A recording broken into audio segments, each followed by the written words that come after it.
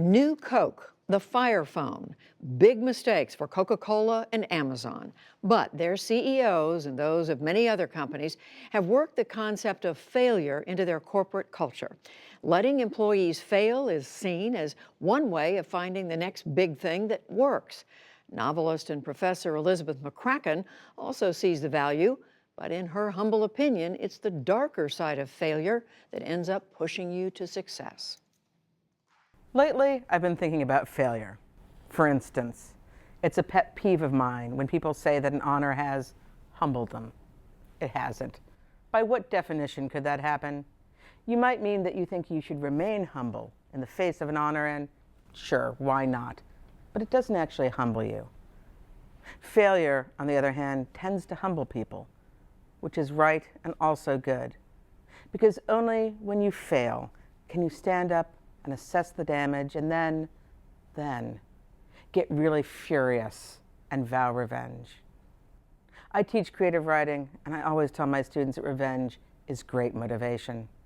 People who are afraid of failure tend to say, "I'm harder on myself than anyone else is." This is almost never true. Or else, "My problem is that I'm a perfectionist." To which I always want to say, "Oh, you don't like failing in public, unlike the rest of us?" In order to succeed, you have to risk failing. We all know that. But sometimes we forget that failure is actually good for you. Your immune system needs a bit of failure in order to be inoculated against further failure. The antibodies that failure produces are not pretty, but they are motivating. Vengeance, hubris. My most successful students have already failed. Maybe they didn't get into graduate school the first time. Maybe they were rejected by a bunch of agents. Maybe they started a completely different career because their parents didn't want them to be writers.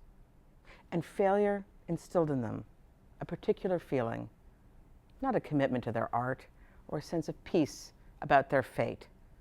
I thought, one student of mine said, just before she sold her novel, "I'll show them."